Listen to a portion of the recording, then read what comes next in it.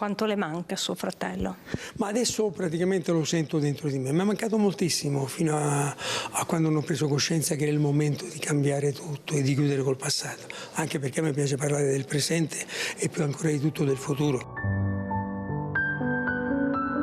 Guardare al futuro raccontando il passato attraverso l'amore per la famiglia e per la vita.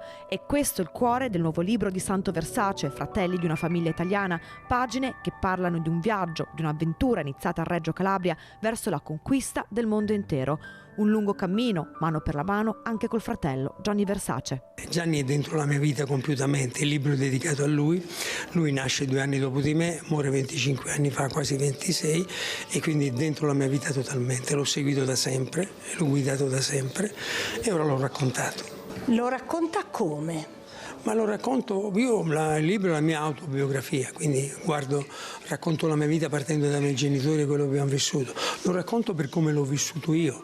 L'ho vissuto come un grande talento, un creativo, una persona che mi ha fatto completamente cambiare vita, perché io stavo benissimo anche a Reggio Calabria, avevo il mio studio commercialista e tutto, però quando mi sono reso conto che lui aveva bisogno, che c'era da costruire tantissimo, ho lasciato la Calabria e mi sono trasferito a Milano e da lì abbiamo conquistato il mondo.